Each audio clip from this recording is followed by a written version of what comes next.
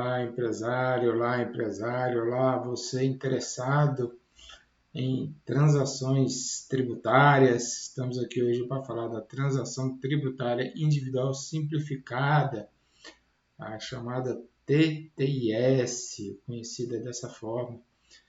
A TTIS ela é um mecanismo que permite ao contribuinte regularizar seus débitos com a União, com descontos especiais, formas especiais de parcelamento, a negociação direta com a PGFN, então ela facilita a regularização para reduzir o estoque de dívidas que estão em cobrança.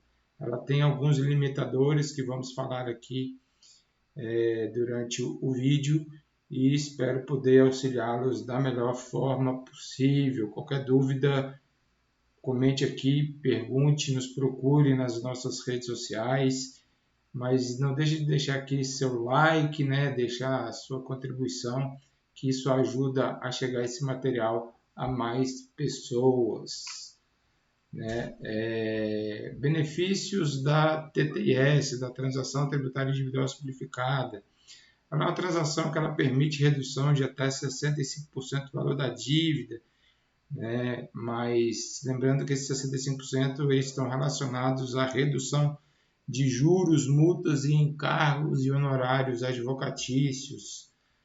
Ela pode chegar até 100% de desconto de juros, 50% de multa de mora. Algumas vezes, quando nós fazemos o pedido de revisão de dívida inscrita antes da TTIS, a gente pode reduzir, de repente, aí até 15% do valor principal. Isso é difícil de acontecer porque a PGFN ela não tem poder de reduzir o valor principal da dívida. Então, isso só é possível fazendo esse pedido de revisão de dívida inscrita para fazer essa redução. Ela permite a TTIS um parcelamento em até 120 vezes, mas dependendo do caso, já aconteceu comigo, eu vou mostrar, acho que já falei sobre isso em algum vídeo aqui no canal, mas falarei mais para frente, numa outra aula como essa. Vou trazer alguns casos reais que eu atuei pessoalmente, em que eu já consegui parcelar em até 145 vezes. Então, é possível fazer uma negociação mais transparente com o fisco em relação a essa transação. Ela permite uma entrada de 5% a 20% do valor da dívida. Esse valor ele é dividido, muitas vezes ele pode ser dividido em 12 vezes, mas já aconteceu comigo e um cliente que ele conseguiu parcelar de forma escalonada, ou seja, aos 3 primeiros anos ele vai pagar um valor menor e só a partir do 4º ano é que ele vai pagar um valor maior da dívida, principalmente dívidas previdenciárias, que elas só podem ser parceladas em até 60 vezes. Então, esse é um cuidado que precisa ter muito cuidado, precisa ter muita atenção. Essa transação ela permite condições especiais porque ela suspende processos, ela suspende execuções fiscais e ela permite parcelar os débitos que não foram inscritos na dívida ativa. Isso acontece como? No nosso pedido, na nossa negociação, nós podemos pedir que, a partir do momento em que esses débitos forem inscritos em dívida ativa, eles sejam imediatamente postos na negociação. Já aconteceu algumas vezes e pode acontecer com você também que tem interesse nessa transação. Quem pode aderir à transação tributária individual simplificada? Pessoas físicas ou jurídicas que devem de 1 a 10 milhões de reais com débitos inscritos ou não em dívida ativa, depende muito do caso. Não é receita de bolo, já falei aqui que transação não é receita de bolo, mas quando ele fala que são débitos inscritos é porque quando migra da Receita Federal para a dívida ativa é que esse débito, então, ele passa a fazer parte da negociação mas esse pedido ele é feito na hora que nós estamos fazendo a negociação com o fisco, ou seja, por isso que ele tem que estar inscrito em dívida ativa, mas nada impede que esse pedido seja feito anteriormente para que seja inscrito assim que o débito for para a dívida ativa da União. Né? Existem algumas exceções, porque existem débitos perante a PGFN, débitos perante a Receita Federal, que eles não são elegíveis para essa transação individual, e ela depende muito caso a caso. Né? Tem casos em que débitos que já estão em fase de discussão judicial, dependendo do avançado, deambular é bom, hein? Do andamento processual, ele também não vai permitir, depende muito de como está. Então, por isso que é preciso tomar esse cuidado.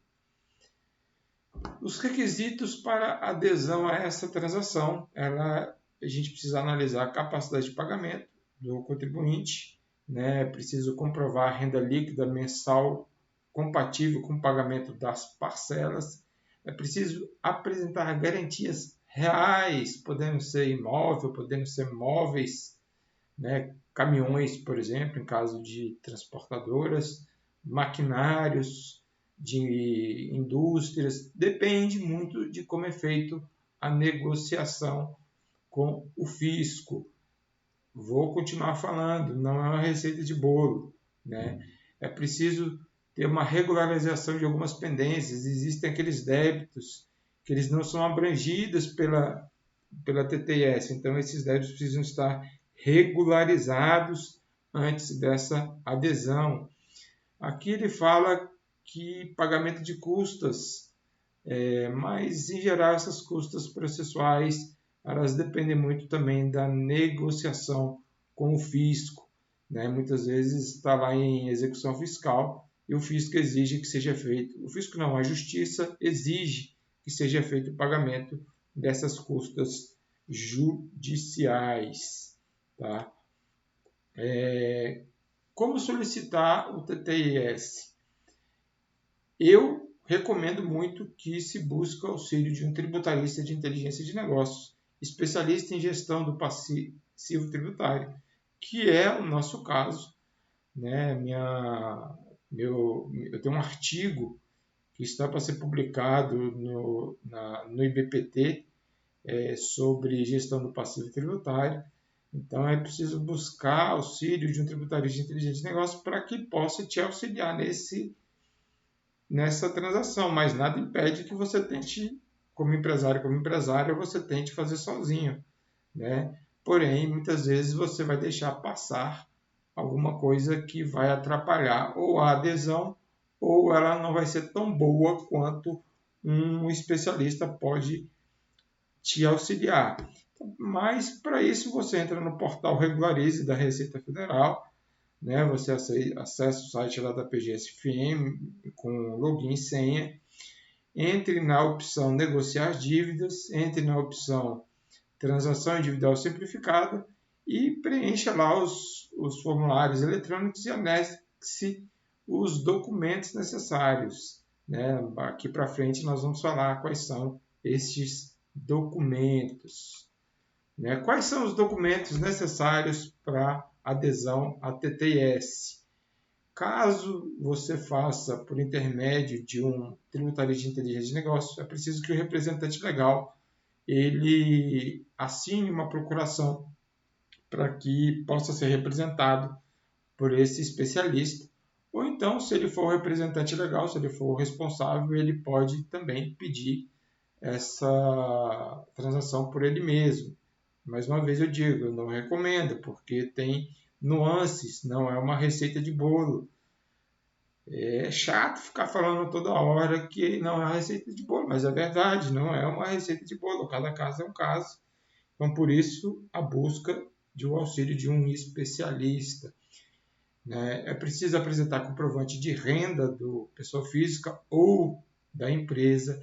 É preciso apresentar a declaração de imposto de renda de pessoa física, no caso de pessoa física, é preciso apresentar a declaração de imposto de renda da pessoa jurídica, caso seja empresa, é preciso apresentar os contra-cheques ou outros comprovantes que comprovem a renda, ou seja, notas fiscais de entrada e saída de empresas são extremamente importantes, né? Documentos que comprovem a capacidade de pagamento. Então, aqui eu preciso, de repente, apresentar débitos bancários, débitos com fornecedores, débitos de outras naturezas, débitos, por exemplo, de compra de maquinário. A folha de pagamento, eu recomendo que se anexe 100% da folha de pagamento, funcionário por funcionário, como comprovante de que eles estão sendo devidamente pagos, para comprovar que a empresa não tem a capacidade de pagamento que muitas vezes a PGFN diz que ele tem, né? Daqui a pouco nós vamos falar um pouco mais sobre a capacidade de pagamento. É preciso apresentar a certidão dos bens imóveis e também dos bens móveis. Eu não coloquei aqui, mas também é preciso apresentar essas certidões para saber se eles estão aptos a serem dados como garantia, né? Precisa apresentar os extratos bancários dos últimos anos, de preferência dos últimos 5 anos, mas basta os últimos 3 anos, ajuda também. É preciso apresentar as declarações de imposto de renda dos últimos 5 anos. Tudo isso a Receita, né, o Fisco, a PGFN pede para quê? Para analisar a capacidade de pagamento desses débitos, né? Uma vez apresentados esses documentos, uma vez apresentados esses formulários, a PGFN tem até 60 dias para analisar o pedido. Normalmente, como ela tem interesse nessa negociação, ela costuma responder bem rápido, porque dinheiro entrando no caixa do governo. Então, se tiver tudo certinho, se tiver tudo bem analisado, tiver tudo correto, tiver tudo perfeito, né, ela analisa mais rápido e dá uma resposta rápida. Critérios para análise, né? Eu tenho falado aqui bastante sobre capacidade de pagamento do contribuinte. Essa capacidade ela deve estar capacitada em C ou D. Lembrando que a PGFN classifica o contribuinte como A, B, C ou D. E para aderir à TTS, eles têm que estar em capacidade de pagamento C ou D. Caso isso não ocorra, o pedido será negado. Então, será preciso fazer primeiro uma revisão de capacidade de pagamento antes de fazer esse pedido de adesão a essa modalidade de transação. É preciso apresentar garantia real, né? Ou seja, por isso que ele pede lá a certidão de ônus dos imóveis, né? A certidão dos bens móveis também, que serão apresentados como garantia. É preciso que tudo que seja apresentado para a Receita Federal, para o Fisco, para a PGFN seja real, seja verdade, sob pena inclusive de penalidades, como a proibição de fazer novas transações, como a proibição, enfim, dá até problema penal aqui se aquilo que for apresentado não for real, se forem falsos os pedidos,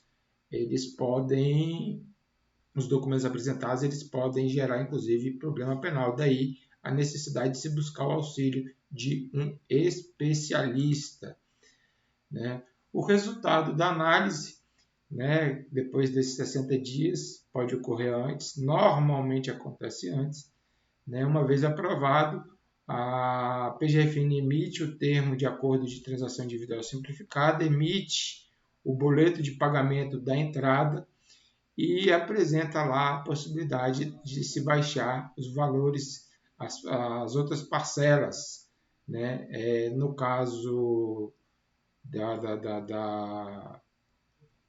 de débitos de previdenciários até 60 vezes e nos demais débitos até 120 vezes, podendo chegar a 145 vezes. E eu falo isso porque já aconteceu comigo, né? Então, isso é importante.